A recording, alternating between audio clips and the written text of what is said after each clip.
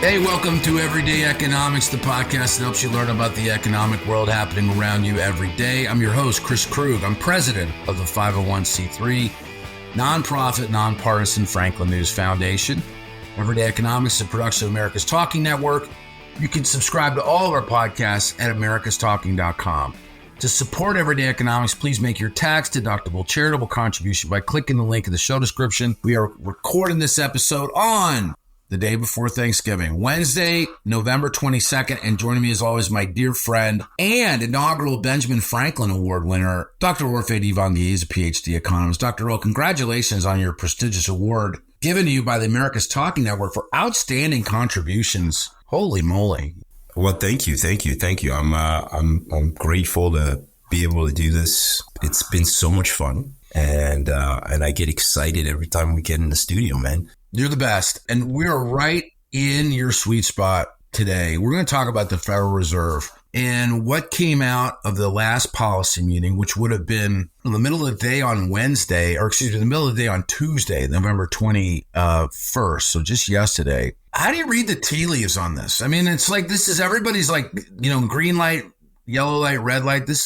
Feels very yellow light to me. Yeah, that's right. I mean, look, everybody seems to be expecting these rate cuts in 2024. I mean, just read another post by EY chief economist who's saying, hey, we expect rate cuts to start in June 2024 and expect the Fed to cut about 75 basis points by the end of next year. And, I am sympathetic to this idea. I mean, I would love to see rate cuts. And maybe, right? Maybe the economy, look, here's what I said to my team yesterday. A data-dependent, rear-view mirror-looking Fed basically means that the Fed will have to see a big decrease in economic activity before it decides to deliver the rate cuts that the market is already pricing in. And what that means is perhaps we can't avoid a recession because just think about it.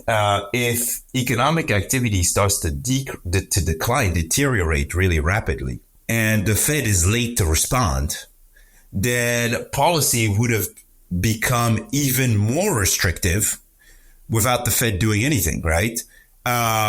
Which basically could send the U.S. economy into a recession. And so for those people who expect a 75 basis points cut in the Fed funds rate by June of this year, well, are they really seeing a recession? Because I don't think the Fed will cut until it's too late, unfortunately.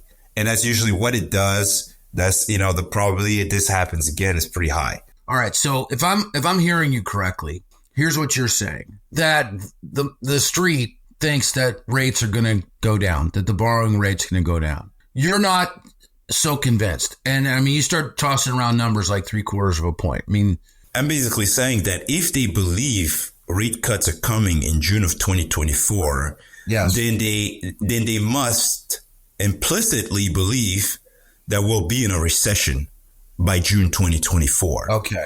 Because a data-dependent Fed has to see inflation down to its target before it reacts. I really wanted you to kind of pause and talk about those two things. Like this is a case of just watch what you wish for, because but I think they're wrong, right? I think they're wrong. Nothing signals to me that we'll be in a recession by June of 2024. Okay. I mean, look, core inflation's 4.1% year over year, right? And yes. The last month, the last month increase, if you annualize that, you're still at 2.8% core inflation, right? What does annualizing really mean? It means that we'll literally have to maintain that pace, that monthly pace for the next 12 months in order to come in at 2.8%. Doesn't seem like it would be that easy. Exactly.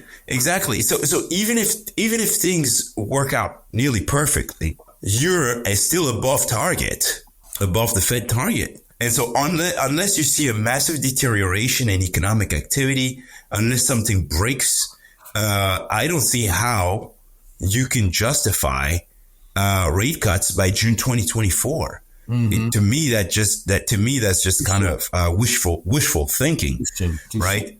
But let's get back to those Fed minutes. Look, the Fed minutes, the Fed itself says, and I'm going to quote, risks around the inflation forecast were seen as skewed to the upside, given the possibility that inflation might prove to be more persistent than expected, or that additional adverse shocks to supply conditions might occur.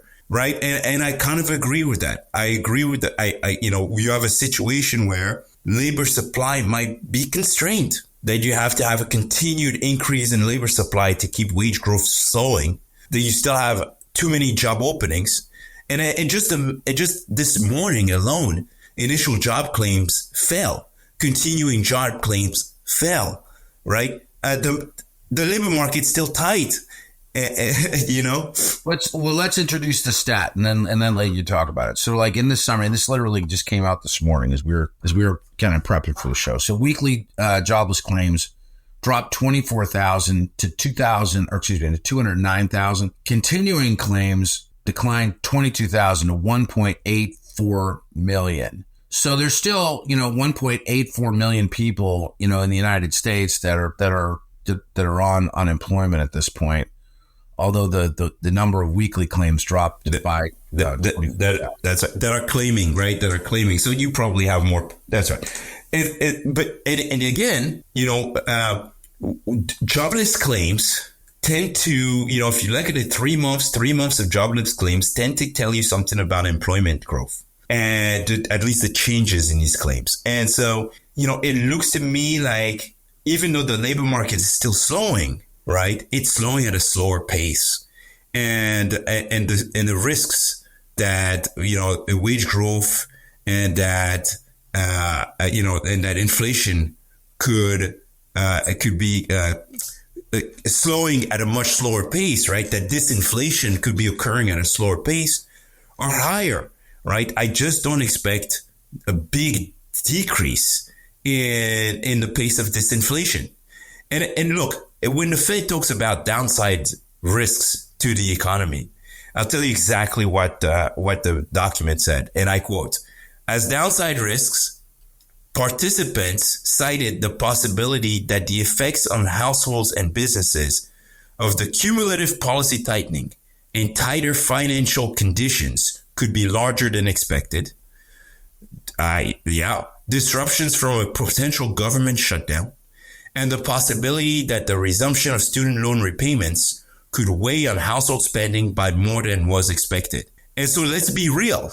Financial conditions have loosened significantly since. The weight of student loan repayments was somewhat exaggerated, and a slowdown in the pace of government spending and a government shutdown aren't likely this year. We just averted the government shutdown. And so all of the downside risks that the Fed was looking at to slow down economic activity and core inflation have been somewhat abated. They're not there. And so, while inflation might continue to moderate and inflation expectations remain well anchored, I still see more upside risk than downside risk to inflation. Well, I appreciate your thoughts as always. For Orphe, Divounguy, this has been Chris Krug. Subscribe to Everyday Economics and dozens of other high-quality podcasts at americastalking.com.